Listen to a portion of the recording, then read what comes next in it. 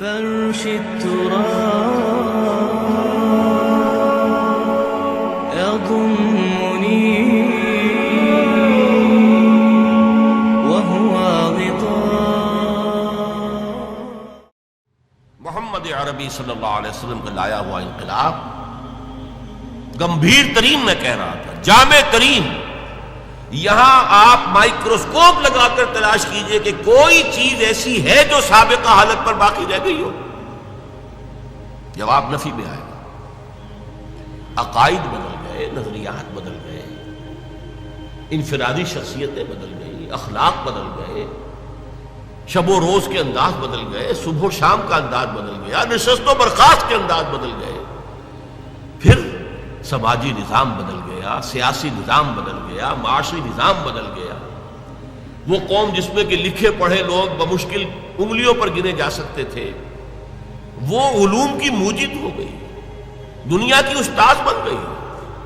اس نے مشرق و مغرب سے علوم لیے، یونان سے بھی لیے اور چین اور ہند سے بھی لیے، انہیں ڈیولپ کیا، بڑھایا اور پورے عالم انسانیت کی طرف پھیلا دیا. یہ سارا کام انقلاب عظیم، گمبھیر ترین، ہماگیر ترین، جامع ترین انقلاب. تو چہ نسبت خاطرہ بعالم پاک، یہ فرانس کا ریولوشن کہاں کھڑا ہوگا انقلاب محمد صلی اللہ علیہ وسلم کے تقابل میں؟ مارس کا انقلاب کہاں کھڑا ہوگا انقلاب محمد صلی اللہ علیہ وسلم کی تناظر میں؟ نمبر 2،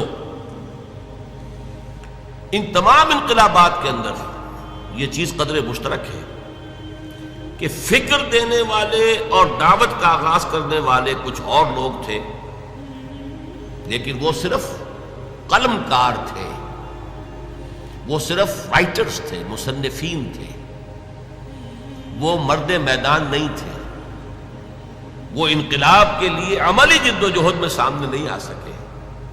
انہوں نے خود آگے بڑھ کر کوئی انقلابی جماعت نہیں بنائی، انہوں نے خود آگے آ کر انقلابی جو جد و جہد تھی اس کی قیادت نہیں کی. نہیں، وہ تو صرف پیپل آف دی ڈیسک تھے. انقلاب کچھ اور لوگوں کے زیر سرکردگی، کچھ اور لوگوں کی زیر قیادت، کچھ اور لوگوں کی رہنمائی میں وجود میں آیا.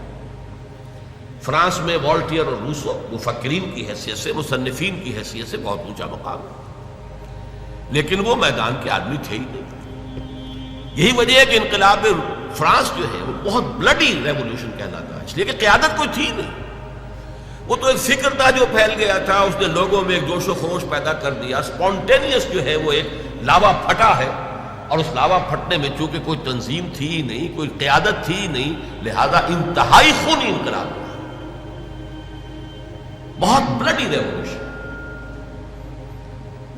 اسی طریقے سے ذرا غور کیجئے، روس کے انقلاب بولشوک ریولوشن کی بنیاد داس کیپیٹال، ایک کتاب، کارل مارکس اس کا مصنف، اور اس کے ساتھ اس کا کو آتھر اینجلز، دونوں نے مل کر یہ کتاب لکھی ہے.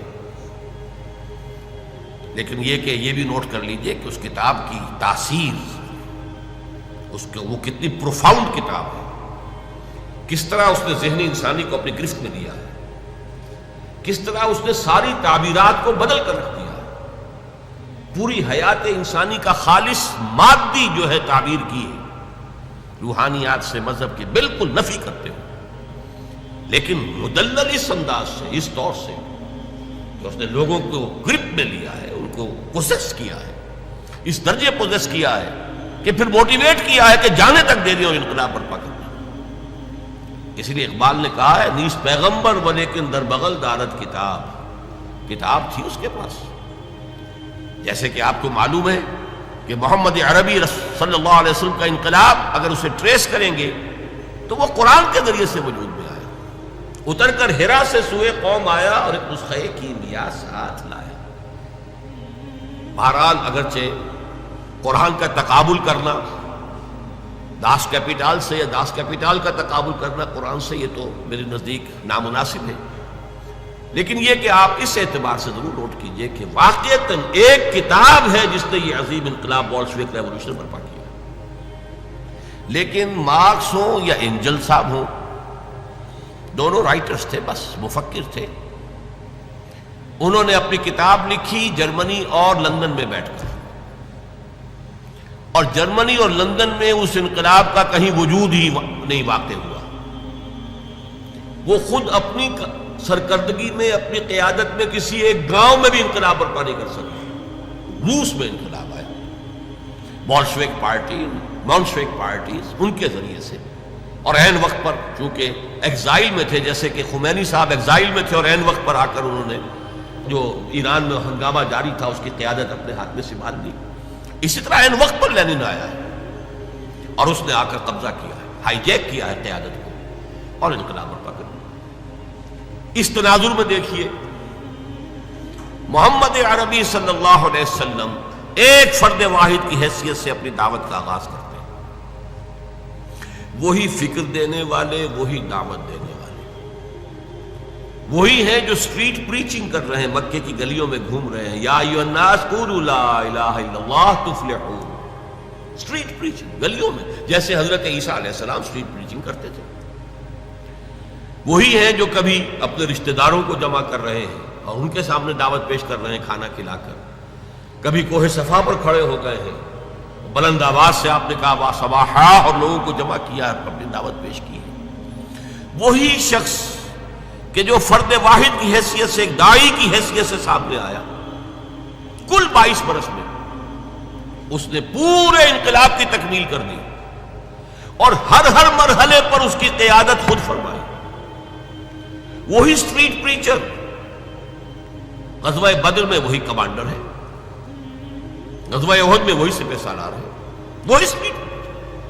یہ جیسا کہ ڈاکٹر مائیکل ہارٹ کا میں نے حوالہ دیا، یہ نقشہ دنیا نے کبھی دیکھا ہی نہیں، کوئی اس کی نظیر ہے ہی نہیں، کوئی مثال ہے ہی نہیں. اسٹریٹ پریچرز ہی رہ جاتے ہیں.